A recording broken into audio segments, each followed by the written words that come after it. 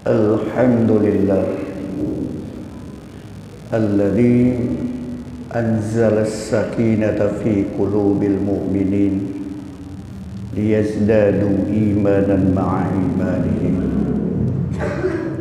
Ashhadu an la ilaha illallah wahdahu la syarika lah wa ashhadu anna Muhammadan abduhu wa rasuluh. Allahumma salli wa fasallim wa barik ala sayyidina Muhammad wa ala alihi wa ashabihi wa man tabi'ahu bi ihsanin ila yaumiddin, amma ba'd. Fa ya ibadallah ittaqullaha haqqa tuqatih wa la tamutunna illa wa antum muslimun. Qala Allah subhanahu wa ta'ala, a'udzu billahi minasy syaithanir rajim. Bismillahirrahmanirrahim.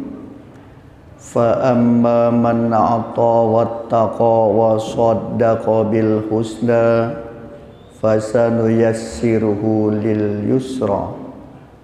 Wa amma man bakhila wastaghna wa kadzdzaba bil husna fasanuyassiruhu lil usra. Shadaqallahul azim.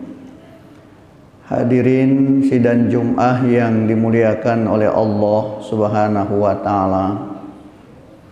Satu saat salah seorang sahabat Rasulullah sallallahu alaihi wasallam datang ke masjid sementara sholat berjamaah sudah selesai. Lalu Rasulullah bertanya kepada sahabatnya itu, "Kenapa engkau telat datang ke masjid?" Kemudian sahabatnya berkata, "Saya ini orang yang miskin, sementara tetangga saya orang kaya.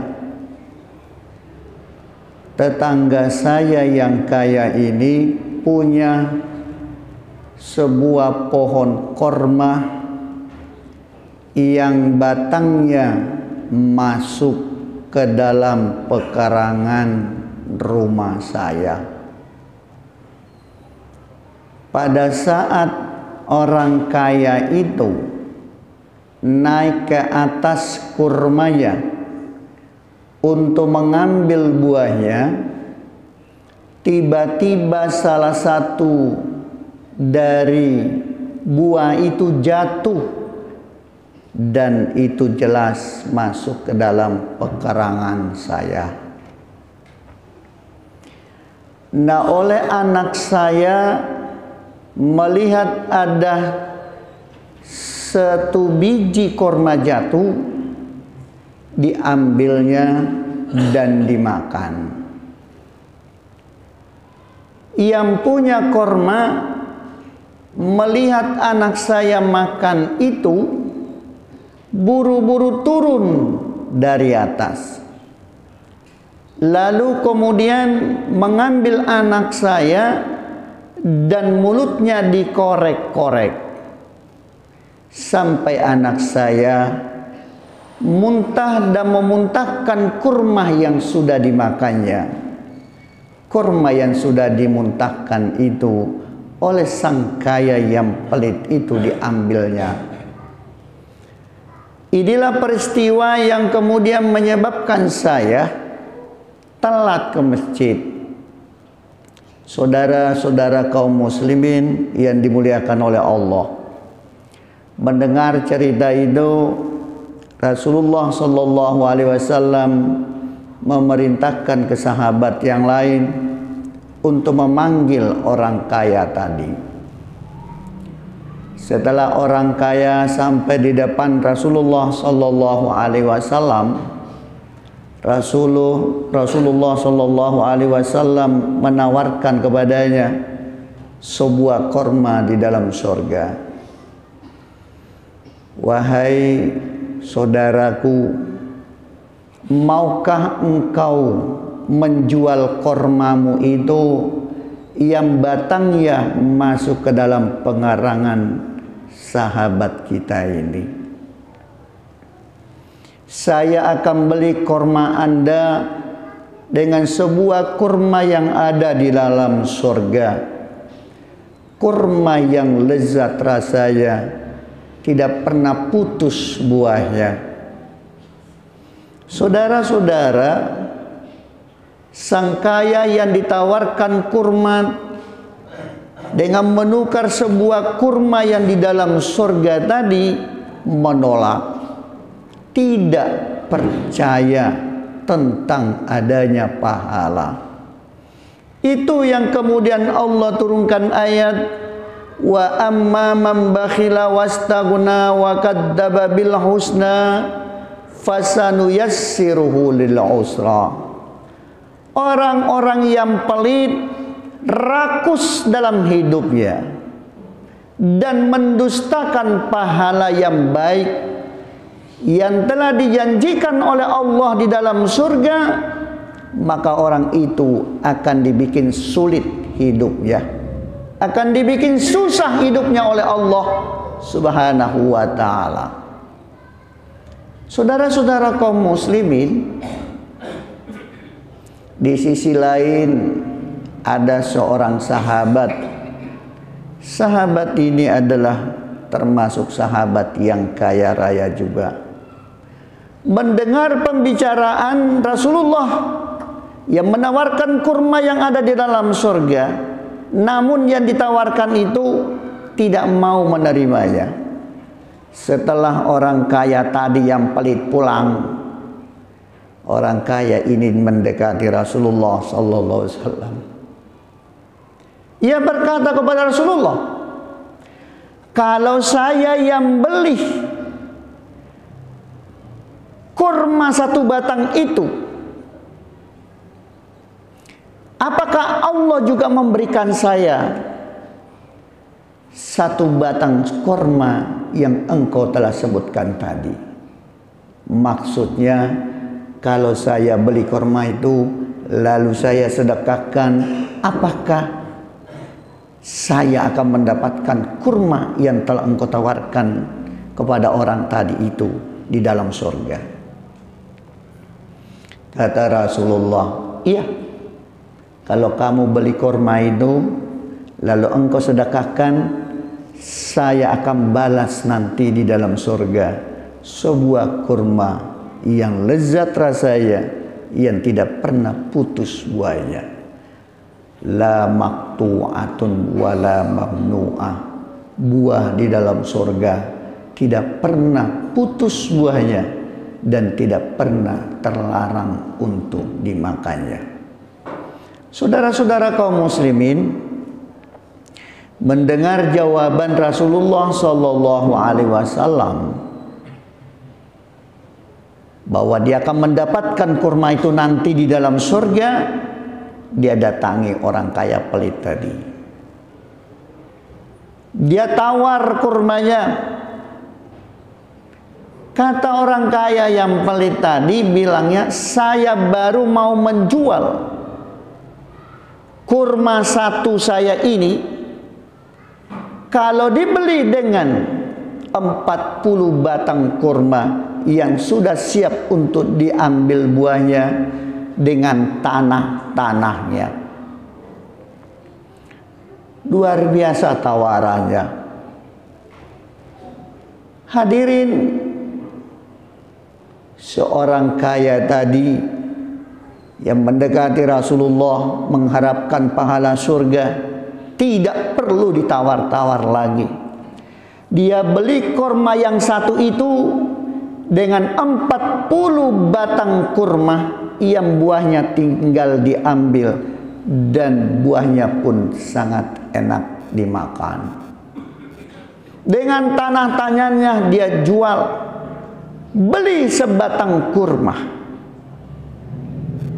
Saudara-saudara kaum muslimin, Begitu sudah dibeli, dia datang kepada Rasulullah sallallahu alaihi wasallam menyampaikan bahwa kurma yang batangnya masuk ke dalam pekarangan sahabat kita yang miskin itu telah saya beli ya Rasulullah, dan sekarang kurma itu saya serahkan kepada engkau.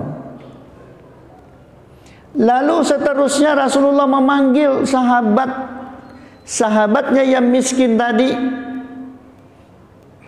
dan setelah dia datang Rasulullah mengatakan kepadanya, kurma yang ada di pekarangan kamu itu sekarang saya serahkan sepenuhnya kepadamu. Ini adalah sedekah saudara kita. Saudara-saudara yang dimuliakan oleh Allah, kurma itu kemudian menjadi miliknya sang si miskin.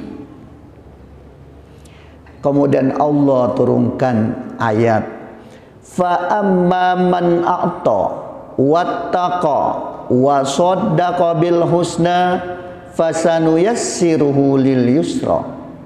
Adapun orang-orang yang mensedekahkan hartanya di jalan Allah tanpa pikir-pikir dan bertakwa kepada Allah Subhanahu wa taala, serta percaya adanya pahala yang baik yang dijanjikan Allah di dalam surga, maka Allah akan selalu memudahkan jalannya, memudahkan semua urusannya, memberikan kesuksesan dalam usahanya. Allah selalu melindunginya, mengiringi dalam perjalanannya orang-orang yang dermawan. Keluarlah hadis Nabi, al-bakhil ba'idu minallah, ba'idun minan nas, ba'idun minal jannah, qaribun minan nar, as-sakhiyu qaribun minallah, qaribun minan nas, qaribun minal jannah, wa ba'idun minan nar. Orang yang pelit dalam hidupnya jauh dari Allah, dan Allah pun jauh dari orang-orang yang pelit. Orang yang pelit jauh dari manusia. Manusia mana yang mau berteman dengan orang yang pelit? Pasti semua jauh darinya. Ditinggalkan orang. Orang yang pelit ditinggalkan orang, tidak lagi disapa lagi. Orang disuruh nyumbang, orang lain pada nyumbang, dia mah kagak dikasih tahu, jangan, capek doang, gak bakalan dikasih. Ditinggal orang, nggak usah pakai diajak. Ba'idu minal jannah, tidak akan bisa masuk ke dalam surga. Qaribun minan nar, pasti dia dekat dengan bahaya dan neraka. Hidupnya selalu dalam ancaman. Sementara orang yang dermawan dekat dengan Allah, Allah senang kepada mereka, dan Allah akan selalu memberikan balasan. Dari 1000 yang dia keluarkan, Allah akan balas 700 kali lipat apa yang dia sedekahkannya. Karena dia percaya bahwa balasan orang yang sedekah sudah disiapkan Allah di dalam surga. Itu sebabnya tidak pernah berpikir apapun. Ketika diajak untuk bersedekah, dia mau. Saudara, Allah senang kepadanya, maka setiap pengorbanannya Allah selalu balas 700 kali lipat. Bahkan Allah akan berikan balasan yang tidak dapat dihitung oleh siapapun. Wallahu yudha'ifu liman yasha. Orang yang dermawan dekat dengan manusia, semua manusia senang sama dia karena kedermawanannya. Semua orang mau membantunya karena kebaikannya. Bahkan pada saat mendapatkan masalah, orang-orang datang kepadanya untuk membantunya. Di saat dia meninggal dunia, penuh masjid untuk mensolatkannya dan mendoakannya karena kebaikannya. Bayangkan orang yang pelit, ketika dia mati tidak ada orang yang mau mensolatkannya, hanya keluarganya saja, selesai. Karena ketidakdermawanannya, karena kebaikannya tidak ada, maka orang menjauh darinya. Tapi orang yang dermawan, penuh masjid untuk mendoakan karena kebaikannya, dan kebaikannya dirasakan oleh banyak orang. Dan orang yang mendoakannya ikhlas untuk mendoakannya, maka wajar kalau orang itu qaribum minal jannah, dekat dengan surga. Saudara-saudara kaum muslimin yang dimuliakan oleh Allah, bukankah ketika orang sholat terhadap mayit, apa doanya? Allahumma ghfirlahu warhamhu wa'afihi wa'fu anhu. Ya Allah, ampuni segala kesalahannya. Apakah pantas orang yang tidak ada dosanya masuk dalam neraka? Tentu saja tidak. Pantasnya orang yang tidak punya dosa tinggalnya di dalam surga. Sekian banyak orang, ratusan orang mendoakannya, Allahumma ghfir lahu, ya Allah ampuni dosanya.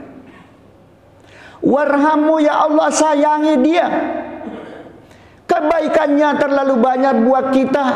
Kami merasakan betapa banyak kebaikan yang telah dia lakukan sepanjang hidupnya. Sayangi dia ya Allah. Jangan engkau biarkan terlunta-lunta dalam perjalanannya menuju engkau. Agar semua pertanyaan malaikat dia mampu untuk menjawabnya. Sayangi dia. Wa'afihi wa'fu anhu. Selamatkan dia, sejahterakan dia setelah kematiannya. Karena Allah yang menyebutkan walahum rizquhum fiha bukratan wa asya. Mereka akan diberikan rizki oleh Allah Subhanahu wa taala di dalam kuburnya, di dalam surga. Pagi dan petang Allah berikan rizki kepada orang-orang yang baik. Itu doanya.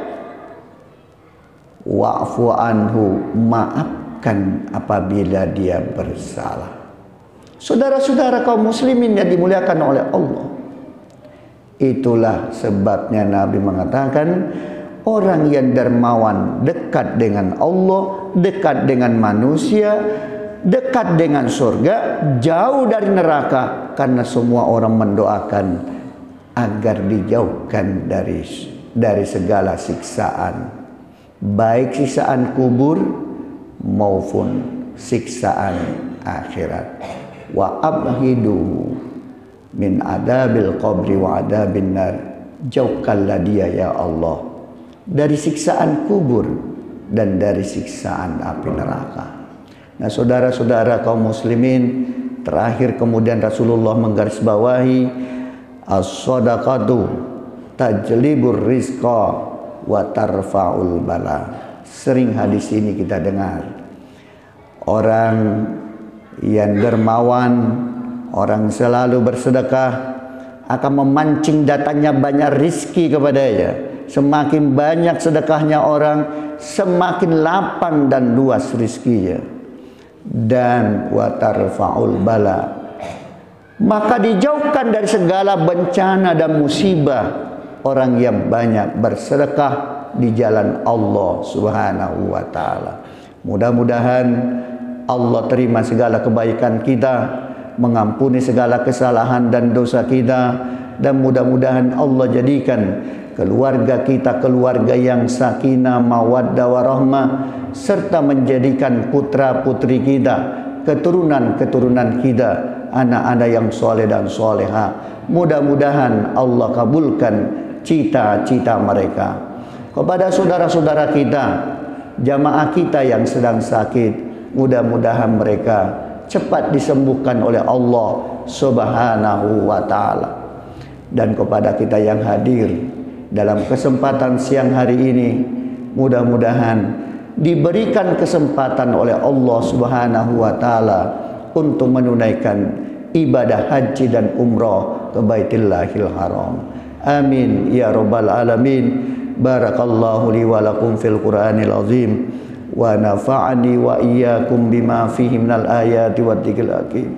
Aqulu qawli hadza wa astaghfirullahal azim li wa lakum wa lisairil muslimina wal muslimat wal mu'minina wal mu'minat fastaghfiruhu innahu huwal ghafurur rahim.